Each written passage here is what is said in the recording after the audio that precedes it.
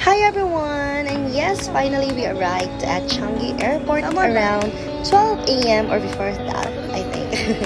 So grabe guys, from Flower Dome to our hotel to here at Changi Airport, pero carry booms lang. Importante, nag-enjoy man sad me guys. Especially si Trey. So kanang kapoy-kapoy, okay na siya kay panagsa na mapunta mag-vacation, diba? So muna siya, isa sa mga attraction dito. Giganahan si Trey sa kanang murag ka ng raindrops nila na something thingy dera. O, diba? So, smooth lang jud ang tanan. Kay among mga luggages, naka-check-in naman sila daan. So, bali amo lang self at katong mga ibang hand carry ang among dala guys. So, mo na siya diri, mo ato na may musulod na may sa immigration. Kinigawas na may, diba? So, mabalik yung sulod. Bitaw, oy. So, mo na siya, chill-chill na lang siya. Maghulat na lang yung isang flight which is at around 3:20 a.m. na Davao na siya.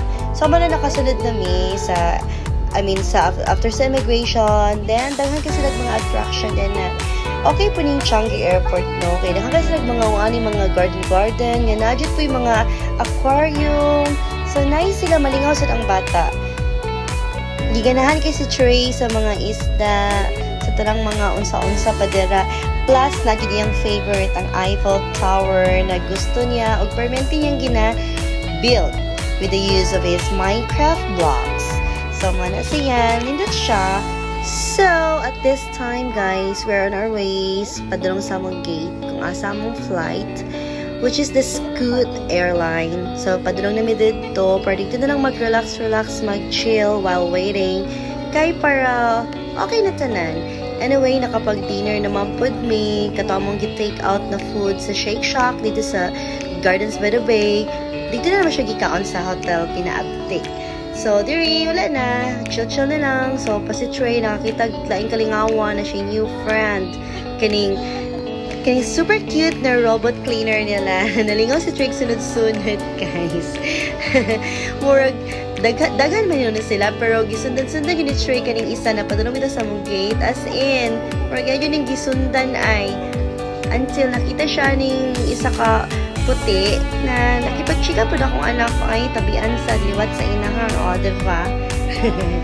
So, mana siya, after ani, kay gikuha na lang sa siyang daddy, kay na siya muundang, magsunod-sunod dito. So, mana guys, kapoy nagahuwat kami guys, napunod ng mga lingkuran na nagkagahulat. So, narami dia sa Dublin, naglingkod lang me while waiting. And at this time, mag-boarding na me. And we are excited to finally padulong na me sa Davao City. And as usual, kanina mong bugin po na dyan na siya. So, mana siya, chill lang. Napa siya yung nag-snacks na po balik. And then, natulog na dyan si Trey para po yan. So, from Singapore to Davao City na sa mga 3 hours. So, expected himabot around 6:20 or 30. So, mana siya, nice ko. Yung mutong ng tawon. And from here, at this point, guys, nakita na siya naman dito ang Davao International Airport.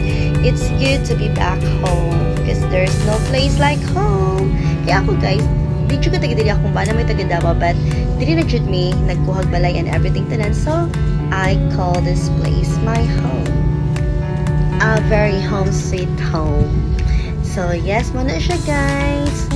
Naka-landing na, thank God. And then, pag naog na mo, nakakita si Trey balay dito, siya mo itong balay ni nanay and tatay. O, diba? To be continued, guys. Bye!